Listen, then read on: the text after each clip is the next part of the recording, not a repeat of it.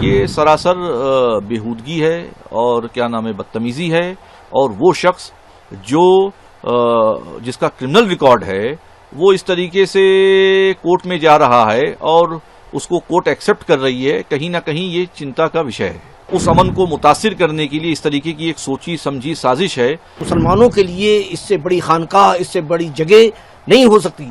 غریب نواز کا مسئلہ ہے، صرف ہم نہیں بلکہ پورے ہندوستان کا مسلمان اس معاملے میں متحد ہے کہ حضور غریب نواز رضی اللہ تعالیٰ عنہ کی بارگاہ میں جو گستاخی ہوئی ہے یہ مسلمانوں کے لیے ناقابل برداشت ہے۔ حکومت کو ایکشن لینا چاہیے اور اس فیصلے کو کالعدم قرار دینا چاہیے۔ ممبئی سے چل کر عالمی تحریک رضا اکیڈمی کا وفد اجمیر شریف کی حضور غریب نواز کی بارگاہ کرم میں حاضری کی نیت سے حاضر آیا ہے، اور انڈیا سنی جمعیت العلماء کے بہت سارے ذمہ داران یہاں اکٹھا آئے ہیں اجمیر معلیٰ میں۔ یہاں آنے کا مقصد یہ ہے کہ درگاہ کے جو خدام حضرات ہیں ان سے ملاقات کر کے ہم لوگوں کے لائق کیا خدمات ہیں، ہم لوگ کیا کر سکتے ہیں، اس پر چرچا آج ہوئی ہے۔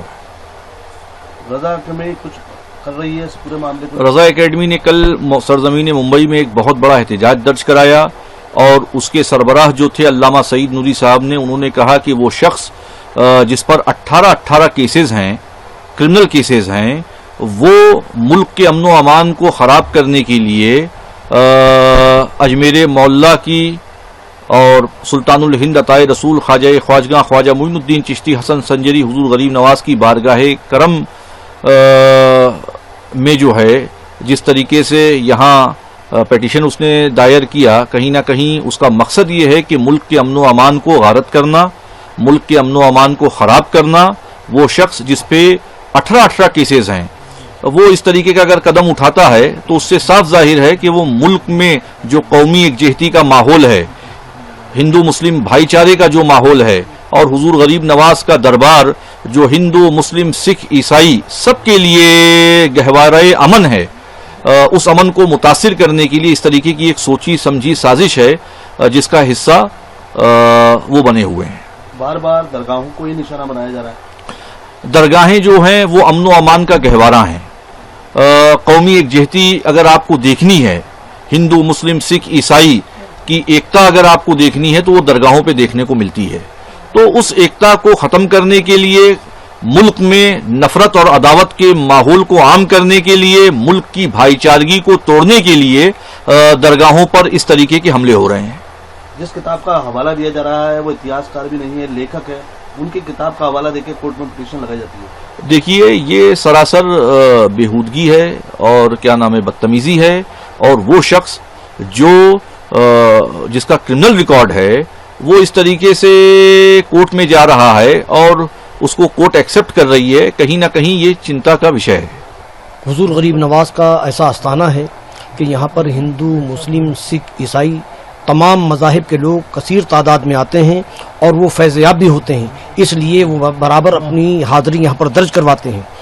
اب یہ فرقہ پرستوں کو دیکھا نہیں جا رہا ہے کہ یہ ایسا آستانہ ہے کہ یہاں پر تمام مذاہب کے لوگ آتے ہیں، ان کو کس طریقے سے روکا جائے، کس طریقے سے ان کے دلوں میں نفرت ڈالی جائے، تو اس کا یہ بیج بویا جا رہا ہے، اور اس سے کوئی اثر نہیں پڑے گا۔ جن کو فیض مل رہا ہے وہ برابر حاضری دیتے رہیں گے اور غریب نواز کا فیض عام سے عام تر ہوتا رہے گا۔ اس پورے معاملے میں راجستھان سی ایم سے ملنے کی کوشش کریں۔ دیکھیے یہ معاملہ جو ہے راجستھان کے سی ایم کے علاوہ یہ سینٹرل منسٹروں تک اور پی ایم وغیرہ سے بھی ملاقات کی جا سکتی ہے، کیونکہ یہ مسئلہ مسلمانوں کے لیے اس سے بڑی خانقاہ، اس سے بڑی جگہ نہیں ہو سکتی۔